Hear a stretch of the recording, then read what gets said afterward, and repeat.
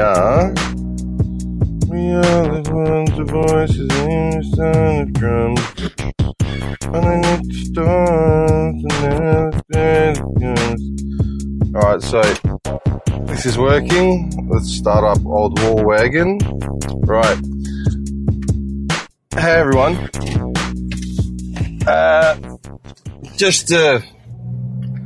As you can tell by the low tier of audio, the fuck is this? Yeah, I'm on the road again. Yeah, obviously no podcast with anyone important. Again, for the last fortnight or whatever it is. I still haven't been to the studio physically. It's probably been over 6-7 weeks since I was last in there, even for a minute. Of course, the bills keep rolling in, but it doesn't matter.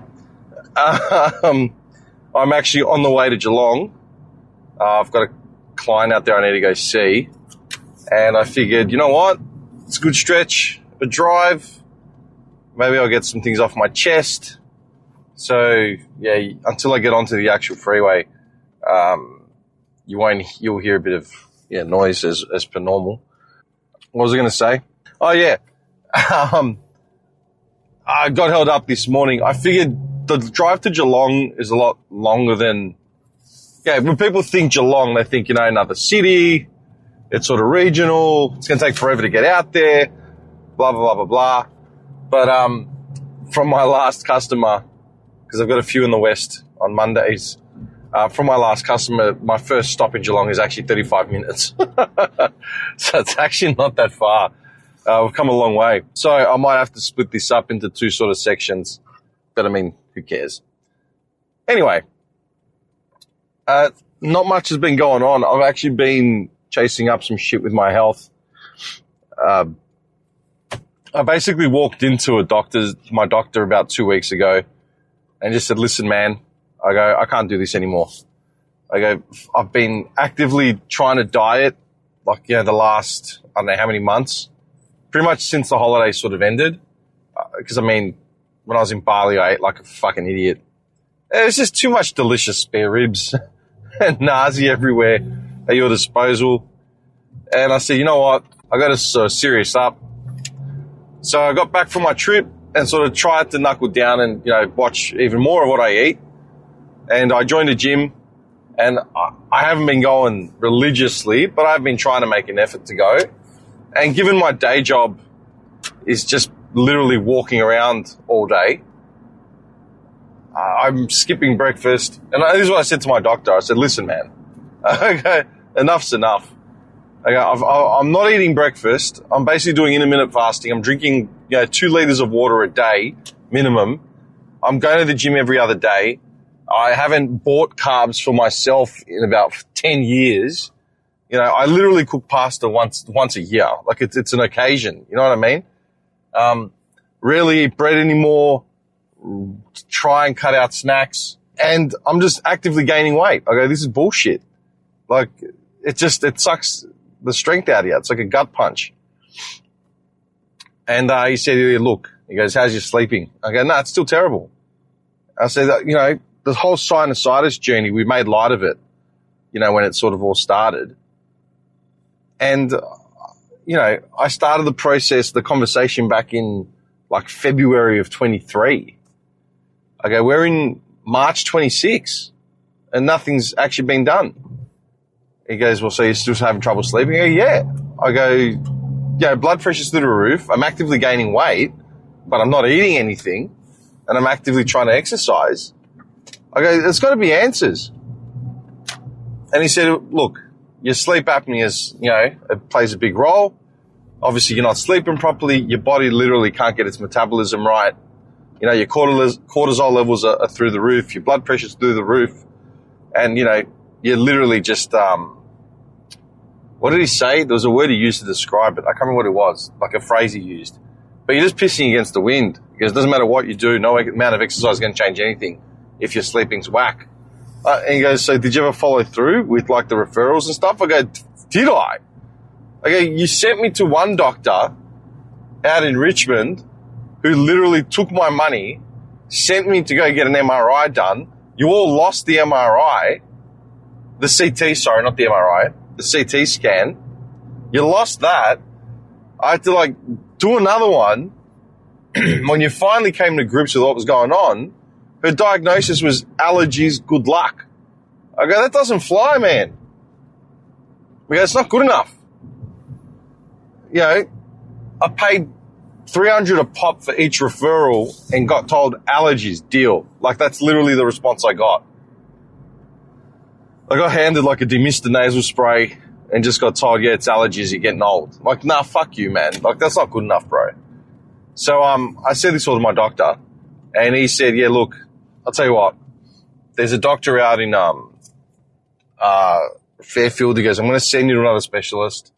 She has a bit of a different way of looking at things. You know, second opinion's always good, and I think she'll be able to give you some more conclusive results. I said, all right, cool. So I get out there, 8:30 in the morning. I get out there, like literally with my last dollars to pay for this referral. And she was great. I'll be honest. Like, you know, credit where credit's due. This doctor was actually really good.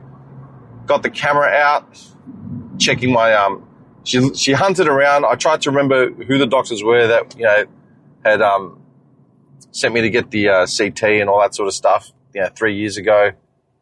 It was 2024 when I actually had all that stuff done. And she eventually tracks it down, gets the camera out, sticks it up my nasal passage, like fishes around. Really invasive sort of procedure, you know. It's so weird looking at a screen where they're looking into your nose, nasal passages and cavities and stuff. It was more my gag reflex that was uncomfortable just because I haven't got one. What's it called? So she's looked at it, she's looked at the CT, she goes, yeah, look, she goes, your septum's, you got a deviated septum that's like really misaligned, like bad. She goes, your whole side's like basically blocked. She goes, has this been an issue? I'm like, yeah, my whole life. I go, I've been a mouth breather literally since I was a kid, just because I was always congested, had really bad asthma as a kid, was never dealt with. And she goes, yeah, so look, your nasal passages are fucked. Your sensors, like some other sensory thing in the back of your nasal passages, you know, they're a bit tight, but I think you'll be all right. Like, I don't think they should be causing you that much discomfort. And then she's like, lastly, she goes, your tonsils need to come out. She goes, you know, they should have been removed a long time ago. They're enlarged. And, you know, between that and your deviated septum, explains a lot. I said, okay. And she goes, look, you need to have tonsillectomy or whatever the hell they call it, and sinusectomy. I can't remember. Anyway, these are all technical terms. And, yeah, she said, look, have the procedure, and, you know, it may not immediately fix your sinuses, but you will be able to breathe a lot better, and through that, you'll be sleeping a lot better, and thus starting the process of, you know, getting you back into shape, basically. I said, all right, cool. Yeah. With insurance, this whole procedure would have cost $1,500, done and dusted. Without insurance, it costs about $8,500. I've got, for the first time ever, I've got private health insurance, but I've only got extras. I don't have anything else because I'm not married, I don't have kids, so who gives a shit if I drop off the face of the earth or not? You know, the theory would be that the public system would be forced to deal with me if it was that severe, and given the fact that I pay more tax than anyone on the planet, I literally pay more tax than Trump. Just based on that, it's like, well, fuck it. If I get sick, the public system can look after me, and that's all there is to it. Funnily enough, I spent 2 days trying to contact Bupa to see if I could up my insurance to cover this procedure, and I kept getting bots on their chat system that were just like, please confirm your membership number, please confirm your date of birth, please confirm your phone number. None of these are in the system. Please confirm again. What do you mean? And I know my health insurance works because I've used it to claim for dental appointments. And to be fair, having extras really does actually make a difference, because I'm going to spend, you know, a couple $100 on dental appointments just for a clean and a checkup. I'm going to spend, you know, X dollars on, you can what's included there? Chiropractic,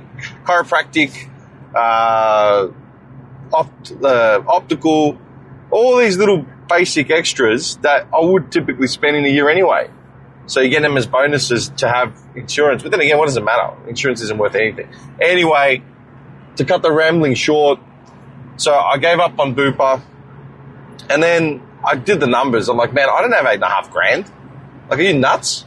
So I requested a referral to the public system, and they sent me to Epping. I had to go fill out a long list of, am I dying?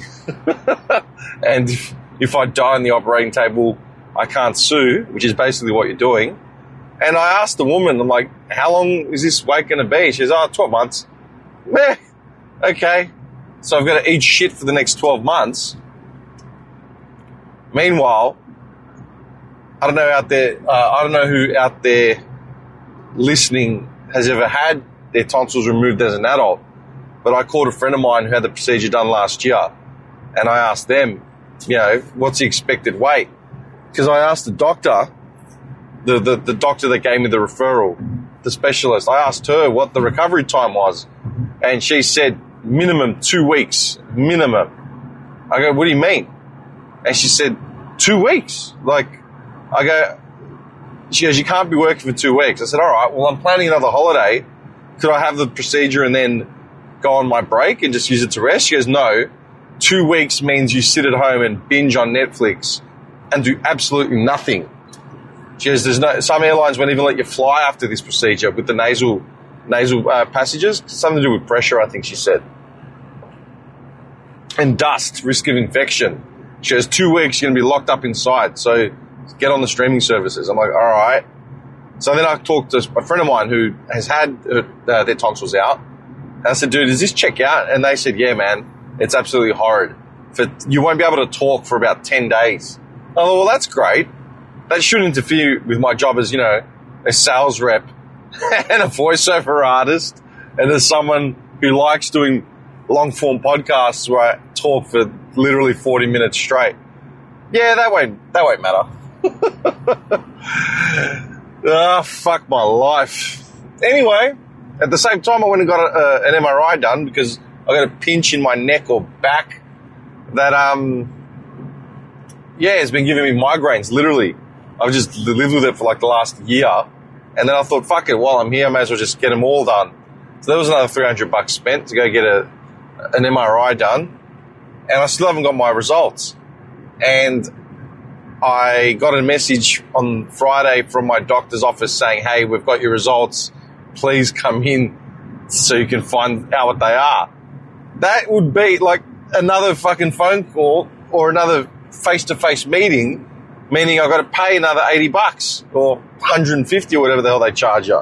Even with the Medicare rebate, you're still paying something. It's a lovely little circle of love that we have going on. And I honestly have nothing in my account. My checking account's overdrawn, so it's just like, cool, man. I've got a pinch from Peter to pay Paul to borrow enough to be able to see a doctor to get a rebate. This is fantastic. Quite the life I lead. I don't know. It got me thinking, because with prices and everything going back up again, now the war in Iran is going to blow up, so petrol prices are going to go through the roof. Shipping, logistics is going to go through the roof. So any of my customers that may be listening, I'm just warning them in advance, their goods are going to cost marginally more. And the proof of that is a war, because Trump decided to bomb a country thinking that it was going to deflect from his own issues that he has in America. But that's another argument. That's another conversation for another day. Or maybe for later, I don't know. Maybe for the drive home from Geelong. Yes. Anyway, it's got me thinking, again, the age-old gripe, why am I always poor? And then I love the whole, I was going to get into, I had summed all this up. I actually took some notes in because my memory's going to shit just because of the lack of sleep and stress. But at least I have an answer of why I'm fat now. It's because of cortisol and sleep apnea. That's it. I should buy a t-shirt that says I have sleep apnea and high cortisol levels, hence my weight problem. Pass the cannoli. That would answer a lot of that would actually shorten a lot of conversations that I want to have. Anyway, where I was going with this, yeah, I feel like I've sort of touched on this before in previous conversations with myself. Fucking hell, man. I'm actually having conversations with myself. They say when you start talking to yourself out loud, that's the first sign of insanity or madness. Insanity is doing the same thing over and over again and expecting a different outcome. Madness, I think, is when you start physically talking to yourself and answering your own questions. Jesus. Oh, I guess we're all fucked. Yeah, got to be nuts to be doing this shit. Anyway, still rambling. 20 minutes in. What I was going with this was, because we have everything on record now, everyone records everything they've ever done, because we're that fucking narcissistic. We weren't happy with just taking a photo, praying to God it worked out, hoping we conserve the memory, only to have it get developed, 3 months later to find your aunt had covered the flash and half the lens with her fingers when she was trying to take the photo, right? And then we used to store these memories in a photo album. It was a family thing of, man, I remember as a kid, we used to actually, we'd go visit people and someone would bring up a memory or an event and it'd be like, oh, get the photo albums out. So then someone drags out those old dusty, A2 sized photo catalogs, the photo albums, and you'd go through them as a family or multiple families. You pass them around. You inquire about the family tree. Yeah, that's me. That's your brother when he was born. That's your Uncle Greg. We don't talk about him anymore. All that sort of shit. It was like an event. You'd pass the time doing that for like an hour or two. Now, every photo you've ever taken is on your social media account. You pull it up in about a second and it's done and dusted. And it usually just creates fights. Oh, you've just scrubbed them. Oh, fuck me. It's like back in the day when they would throw out the photo albums after someone got divorced. Now you just sort of you're on a social media watch list and you just wait for the person's profile to get scorched earthed. And the profile, what that old adage about how the woman's profile account gets scrubbed of any mention of him, and now she's posted like 10 selfies in a row, and the guy's social media account is now on private, and his profile picture is of him and his kids. That's how you can tell things have gone to shit. Yeah. Back then you just throw the albums out, or you throw them in the garage and never talk about it again. What I was actually getting at, I've got to have autism. I've got to be on the spectrum, seriously. I actually thought about that the other day. Hang on, let me make this point and I'll go back to the autism revelation. So the point I was making is, I feel like everything you say and do, you've got to preface with, for the record, or look, keep in mind, or I am aware of. Like, I am aware I won the lottery of life. I am aware that there are kids in Somalia dying. I am aware that people are born into poverty or born into houses where they're beaten and sexually assaulted from birth. I get all that. But, my privilege, I've got to be well aware of my own privilege, right? I don't know for how many more years I'm going to be doing this, prefacing every single thing I say with, for the record, and I am aware of my own privileges. But, do you know what I mean? I was just thinking about expendable income and stuff. In a country like Australia, the metric really isn't accurate, because the problem is I work as much as I do, but I don't feel like my reward for I don't think the outcome is justified. I don't feel I'm rewarded nearly enough as much as I should be. And I think Andy had said it once years ago. He said, for the amount of work he knows I do, I should be a millionaire, where I'm not. I'm honestly going day to day. Whereas in this country, people on zero income or zero ambition seem to have everything I have. They have a house. They have more than I have. They have meals bills paid for, kids, all that sort of shit. I was talking about this. I can't remember who I was discussing this with the other day. I was an auntie of mine.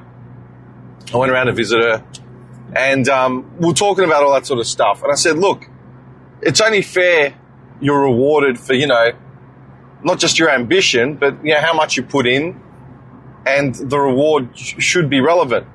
I go, yeah, sure, people on Centrelink that are doing fuck all, sweet fuck all, yeah, they might have their bills paid, they might have a roof over their head, but that's pretty much where it ends. Do you know what I mean?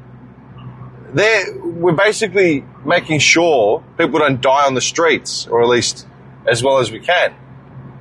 But, the luxuries I have in life that I get to pick and choose, the holidays I get to take, the fact that I get to take holidays and see things in other countries and all that sort of shit. There are personal experiences that I will have that, so many people on this planet will never, ever have. Never, ever see. That's why I never take it for granted.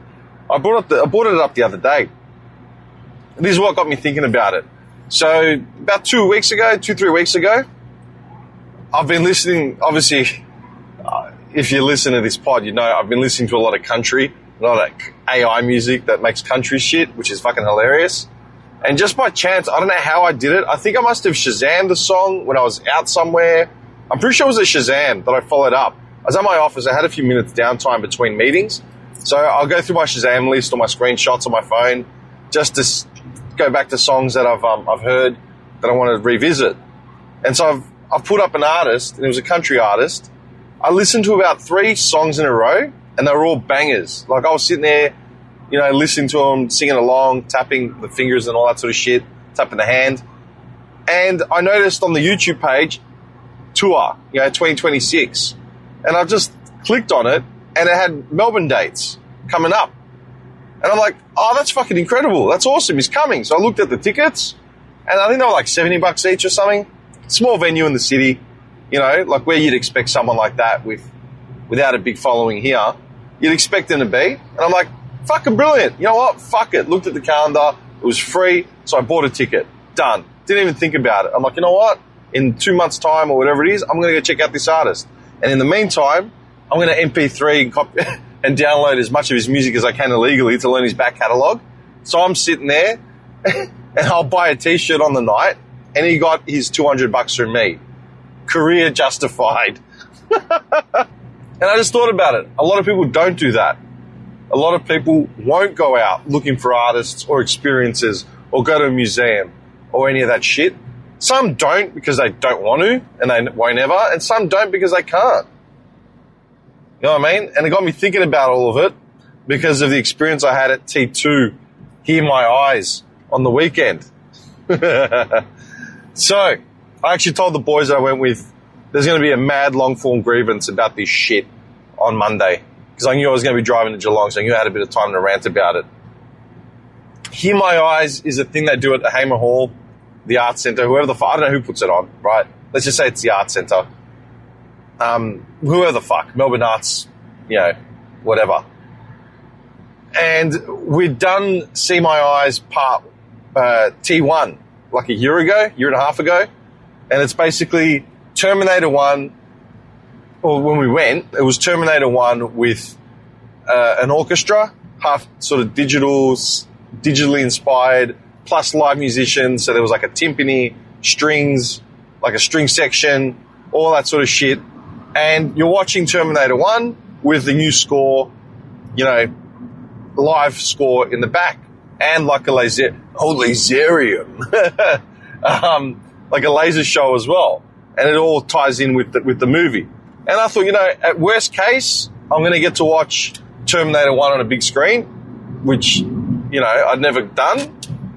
And best case, it's a whole new experience, we all go do as a group. And it was fucking brilliant. We loved it, yeah? Great soundtrack, great performance, really amped up the whole movie, added a lot of heaviness to the whole thing. It was a really cool take on a classic film. So when T2 came, we're like, yeah, sweet. A lot of the same group. Yeah, we're going to go. And ended up just being 4 of us and 2 of us. There was 2 groups of 2, basically. Mate of mine got me my ticket. Another mate had already booked with his brother. See where we all went. And just before, like 24 hours before the event, someone got wind that it was a reinterpretation of the movie where it was like a whole new look at it. You know, no orchestra, just some Belgian, it was some DJ from Belgium, right, with his team. And I was like, okay, well, that's not good.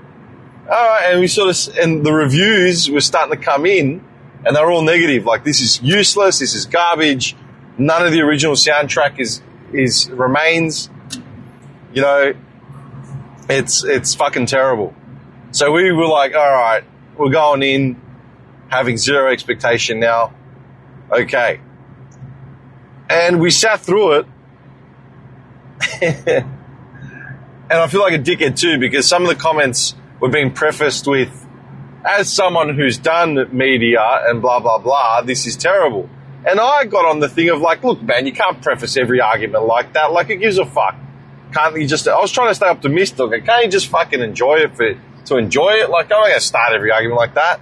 Once we got 2 minutes into this fucking thing, and I was ready to walk out.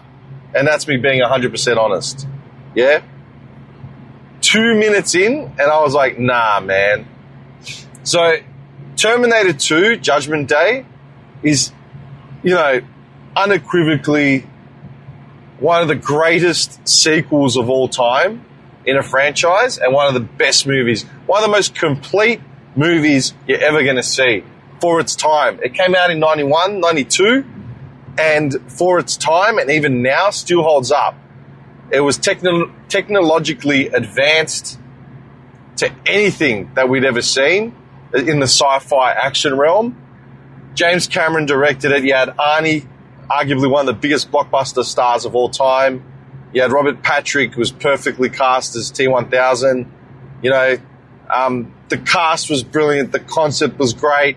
It looked good. The soundtrack alone is one of the most iconic soundtracks of all time. The theme song is just fucking melancholy at its best. And arguably, like, I watched that movie for the first time with my parents, and we all loved it, you know? And I could put it on right now, and I'm sure my mum, who's nearing 80, would be able to find something to latch onto. You know what I mean? It was fun. It's just irrefutable. One of the greatest movies of all time. And the soundtrack was equally important. It was just so well done. Like, the score to the movie, it was brilliant. These fuckknuckles literally took that and scrapped it all, and were the first mob. It took them 7 years of lobbying and requesting to actually get the movie without the soundtrack on it, stripped. The Foley was there, the Foley being sound effects for anyone that's a non-audio person. The dialogue was there, but that's it. That is it. Dude, it was fucking terrible. Fucking terrible. That's as best as I could put it. If it wasn't Terminator 2, I would have walked out. The ticket cost 100 odd, like $120 or something, 120, 130, and people were walking out. I would have walked out if it wasn't Terminator 2 being that brilliant movie that I wanted to watch in a big screen. I would have left. Literally 15 minutes in, I would have been in the car park wishing I had a cigarette. It was fucking terrible. This idiot DJ, producer, whatever you want to call him, didn't utilize anything from the original score, didn't pay tribute to the original score, nothing. It was literally just noise. And I don't want to use technical terms and all that sort of shit, but honestly, it was a variation of like Ors and Rs and ethereal pads, one-note pads. There was a team of 7 up there, and they were all just standing around on laptops. And I said, they're not doing this live. No way. They've pressed play on a WAV file and just left it. That's it.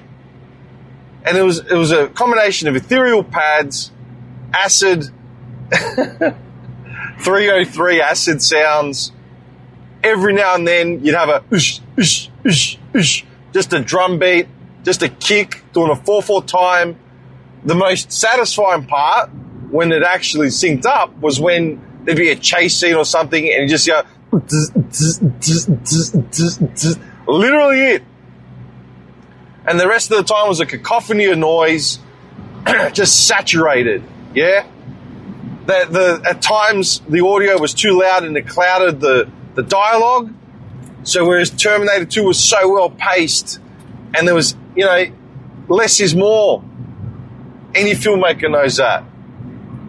Any composer knows that. Less is more sometimes.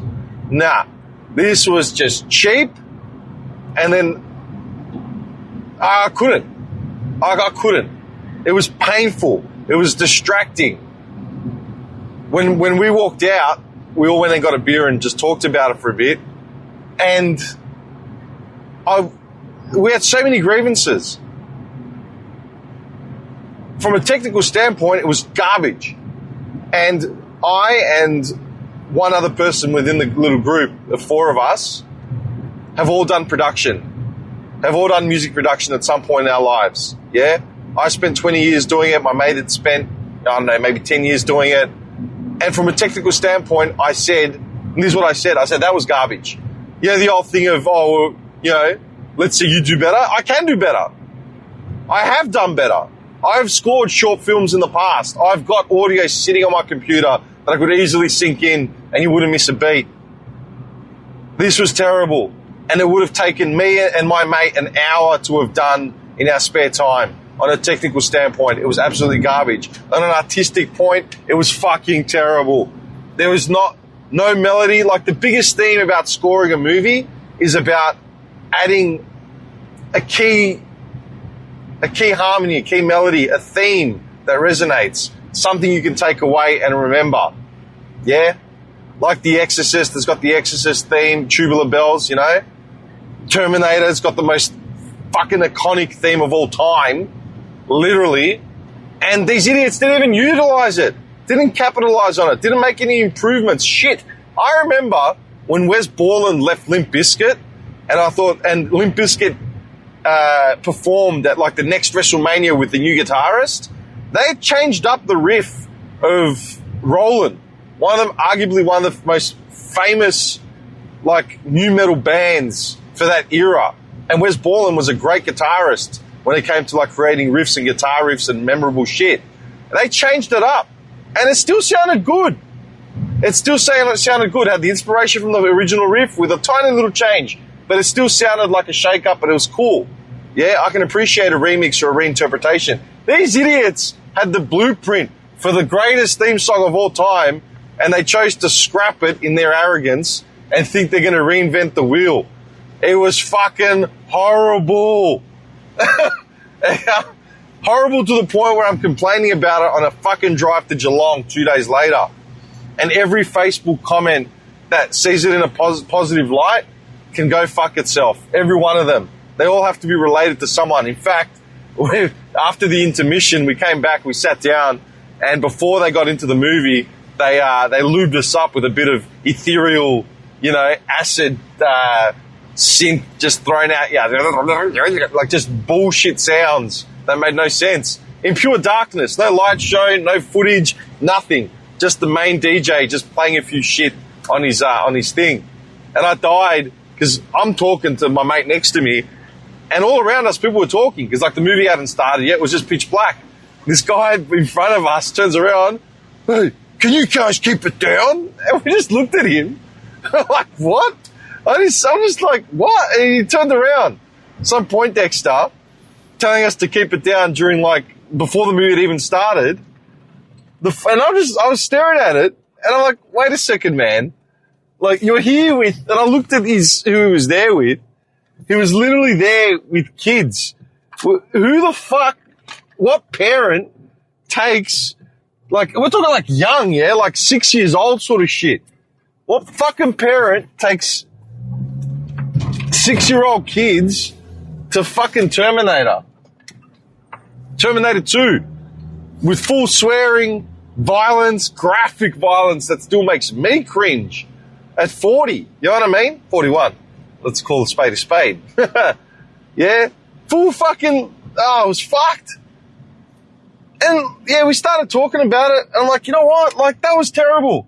That, in every sense and shape, was fucking terrible. The only redeeming feature was the fact that it was Terminator 2 and we could watch it. You know what I mean? We started going through everything from a technical aspect. They used the release of the movie. It wasn't even the theatrical release because they had removed key scenes that were later on added in. They were deleted scenes. They re-added them into the extenders cut, the director's cut. They added them in because they were vital to the story, which cleared up a lot of questions, yeah? Anyone that's seen Terminator 2 would remember the scene where, you know, after Arnie and John Connor, Arnie, because he's not the T-800, he's Arnie, after they realize that, you know, Connor's parents are dead, there's a scene where T-1000 goes to the house, he's at the house, kills the dog, pulls the collar out, and realizes the dog's name's Max, not Wolfie, right? So he realizes that they know that he knows that they know that he's onto him. Scrapped it. They scrapped the scene where they open the Terminator's skull up to get the chip out to reset it so he can start learning shit. Yeah, because it was hard locked to not learn new things, to make him more, to human and empathetic and all that sort of stuff. There was so many, and we started in our WhatsApp group. We just started going through it. Like, man, they didn't even include this. They didn't even include that. Oh, it got me fucking angry, man. It was just wrong. Absolutely wrong. Fuck, that hurt. I don't know. Like, I'm making a stink out of it, and there's a lot of reasons why. Like, everyone was like, I can't wait to see. Like, some of the boys found some of the rants and complaints in the Facebook group, in the comments, you know, and said, oh, sounds like something Dim would say, blah, blah, blah, blah. And I made my initial response to their Facebook group pretty cut and clear. And it was just, I used AI to create a photo because it was a great shot of the whole production team, you know, sitting on their laptops, doing nothing really. Like, what are they actually doing? Nothing. So I used AI to create a reverse shot of their laptops looking into the Hamer Hall Theatre, and they're all playing a Roblox game, like a LAN party. Someone had commented saying this was just a LAN party for these people. And my comment on the official group was just pretty much a summary of last night's 6 p.m. show, and I had to rewatch the original full director's cut twice before going to bed to reprogram my brain. Whoever authorized the release of the movie to this mob for it to be molested needs to be taken to the back lot and shot. And I stand by that. The fact that the film has never been released to be basically remixed officially, and they gave it up to this, like, who the fuck screened this? Who okayed the project? Like, it just made no sense, and I can't imagine what these people got paid.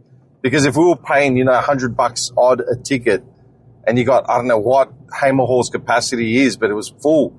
Man, if reviews are anything they go by, you're never going to anything this guy ever does ever again. Like, it's okay to have an off night, but the original Terminator movie was like 3 hours, man. It was 3 hours of getting beaten to death with like a bag of oranges. It made no sense. And the funny part is when you've got the IP of Terminator, like the theme song, you want to make an electronic-inspired version? Cool. But, like, utilize the theme, man. I was just sitting there humming. Like,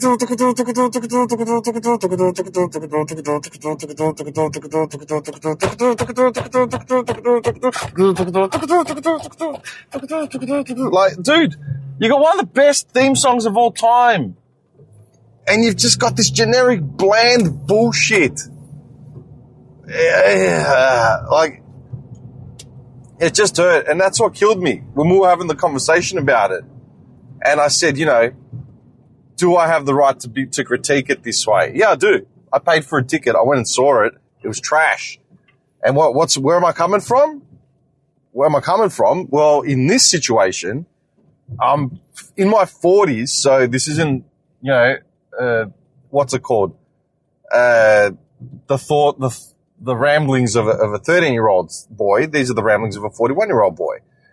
Secondly, I have been a media producer, man. I have fucking scored short films. This is terrible. And it would have taken no effort to put together. No effort, to the point where they actually ruined the original production. Like, come on, bro. Nah. And then I just start thinking about, man, what about all the families that have paid? Like that guy that was sitting in front of us that shushed us. Fucking actual shush. You know? He had like 5 kids with him. I guarantee you he was having sex with the director or something. You know what I mean? And got given a family pass. There's no way he would have spent $100 odd per child. And then still too, man, getting a child into a movie like Terminator 2. Like, come on, man. Like, you see a guy get like stabbed in the face front on. You know what I mean? The F-bomb gets dropped. Like, Jesus Christ. How can these people charge this man? How is it justified in the cost of living? This dickhead from Belgium, it just robbed us all senseless. I can't. I actually can't. Oh, my God. Oh. I don't know. Today was a brilliant day for news. This week's going to be fucking hilarious because Trump goes and bombs Iran, kills the Ayatollah. And it's hilarious for so many numbers of like reasons, yeah. Because the funniest part to me is how conflicted everyone's going to be over this. And I don't mean the general population that have got it, you know, decent enough head on their shoulders. I'm talking about everyone else. People that live in social media, people that live on social justice, you know, all that sort of stuff. Like, people are declaring Khomeini dead, you know, which is liberating the Persian people. At the same time, it's brown people getting killed in the Middle East, which is social justice warriors' favorite bread and butter. You know, because, I mean, most of these people can't tell the difference between the Muslims in Gaza and the Muslims in Iran. You know, is America the oppressor here because they're liberating Muslims from the Ayatollah? You've got, like, you know, all these people mourning the death of their leader. At the same time, you've got Persians here celebrating the death of a leader. And it makes sense. And the thing is, you know, it's funny. It's like, because I've got friends that are Persian, you know, that live here, obviously. And all you need to ask is, like, why are they here? It's because they had to escape persecution, man. Like, they left Iran during the war. And someone in the family did at some point. And that's how they got here. But there's clearly people in Iran that support the regime for whatever reason. But the social justice warriors don't know who to support because they're like, aren't Muslims all the same? Like, aren't they all good people? It's fucking hilarious. And Trump, the guy who said that he was never going to run on wars and, you know, he was going to end all wars, famously end all wars. He's on record. There's so many sound bites of him and tweets from the last 10 years saying Obama's going to start a war in Libya or Iran right before the next elections. What? Mark my words. Obama's going to start another war. He's going to kill someone in Iran. Like, he's just gone on record 100 times saying it. But he never did. Like, not with Iran anyway. So then, for the last, 3 weeks, all the Epstein shit is coming to a head because it's become more and more apparent that the DOJ, the Department of Justice, covered up the Epstein files, redacted all the information to protect Trump and his friends. And now there's more pressure on him to sort that out. ICE and the whole immigration thing was a debacle. So there's more pressure on him to come to, to terms, come to, what's it called? Be held accountable for it. So what does he go do? He goes and kills the leader of another nation that he really shouldn't fuck with. And I'm not protecting Khomeini or the regime in Iran or whatever, but it's just hilarious. He's gone back on everything he said he would do. Meanwhile, you've still got Margites clapping like fawning fucking seals. it's just going to become so conflicted. It's going to not be. It's not going to be a fun time for anyone. This is really, really going to get ugly. But it's just hilarious. Like, everyone's just going to implode. And I actually don't know what to say. Trump is so desperate to be taken seriously as like a strongman authoritarian. Do you want to always remember when he first got elected and they were taking photos in the Oval Office for the first time, and someone made a point of saying it, some political commentator or comedian or whatever, how they were desperately trying to like decorate the Oval Office with regalia and shit to make it look like Trump was a man of prestige and authority.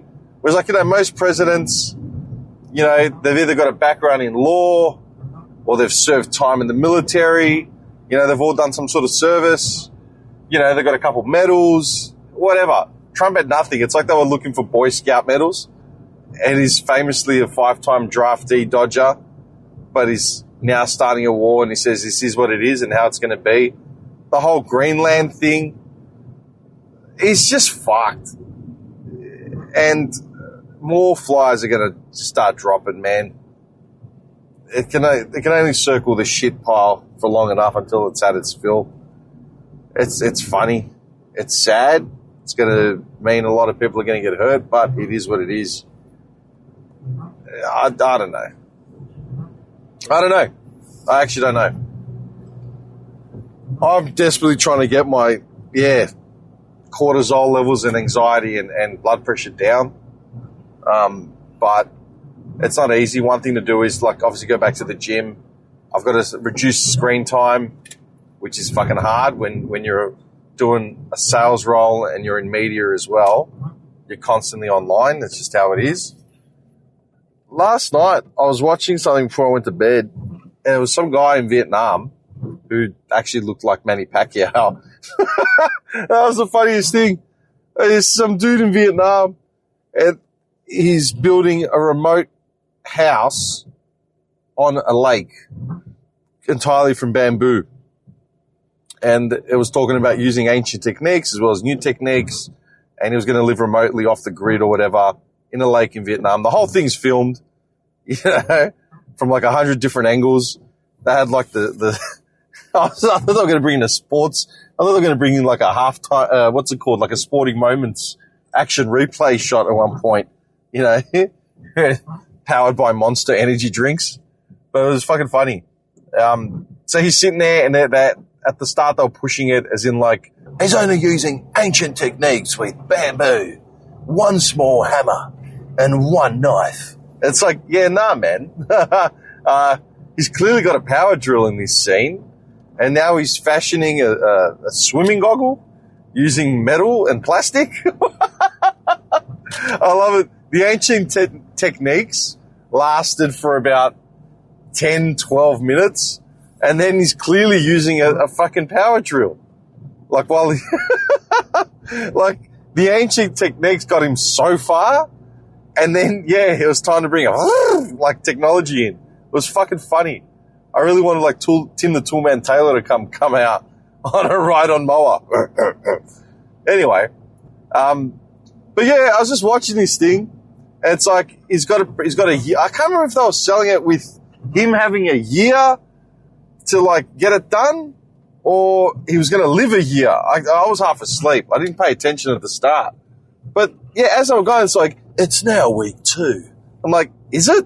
Like, this guy's just been coming out and like working on this houseboat, but he's got fucking, what's it called? Like, he's just fishing bamboo from out of the forest, skinning it, using it like as rope, and making like a raft. And then from the raft, he engineers like more bamboo as a platform, and then makes like a roof and shingles, and like, it's all well and good. Like, I get it, but who the fuck like has got the luxury to do that shit for a year and take his time with it? I don't know. It didn't quite make sense to me. Yeah, I don't know. I was watching it, and I'm just like, nah, man. When the guy's pulling a power drill out, like, it's over. You can't keep telling me that he's using ancient techniques. And the rainy season, like, we have the means as a society to last longer than, you know, ancient techniques in bamboo fucking scaffolding. Like, get a permit. I don't know. I don't know where I was going with that. It just didn't. Who's, like, why? Don't tell me you're using ancient techniques and this is just like he's trying to prove a point that we all need to live off the grid and eat the same fish every day. Like, you can say what you want, but I've been to the floating villages in Cambodia and Vietnam and Thailand. It's like, these people, this is a means for them because they have no other means. Even people I've met who lived in Phuket that ran hotels and Airbnbs have now moved to Bangkok because they could. Like, you're not going to choose to live hand to mouth every day and your whole livelihood hangs in the balance of a few bamboo fucking shoots and a wet garden that you've built to cultivate lemongrass and bean curd. Like, this guy was eating maggots at one point. Like, big fucking maggots that he was feeding his dog. He was eating them as well. It's like, he's living off the land. Like, dude, this guy is wearing Western clothing and he's not living off the land because there have been no shots of him sleeping in this hut as of yet. And he's already built multiple platforms for it. He's got a decking, for fuck's sakes. He's sleeping in the hotel. He'll never set foot on this thing. They're scraping the bottom of the barrel for fucking content. And you know what's funny is what I say it as a podcaster who's literally scraping the bottom of the barrel now.